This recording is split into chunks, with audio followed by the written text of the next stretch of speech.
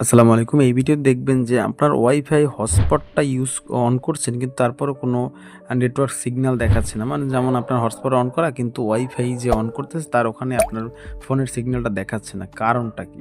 আপনি জাস্ট আমার যেমন হটস্পটটা অন করলাম, অন করার পর আপনি হোয়াটসঅ্যাপের উপরে যেখানে হটস্পটের উপরে ক্লিক করবেন। ক্লিক করার পরে আপনি এই যে হটস্পটের যে মূল সেটিং সেখানে চলে যাবেন। যখন দেখতে পাচ্ছি হটস্পট নেম, তারপর সিকিউরিটি এবং কতটুক ডাটা ইউজ করতে দিচ্ছি, আনলিমিটেড বা কতটুকু এখানে কন্ট্রোল করা যায়। তো আপনার টার্ন অফ অটোমেটিক হটস্পট। এরপরে আপনি দেখতে পাচ্ছেন এপি ব্র্যান্ড। এখানে এপি ব্র্যান্ড আমার এখানে লেখা আছে কিন্তু 5 হার্টজ। এখানে সবসময় থাকবে 2.4 হার্টজ।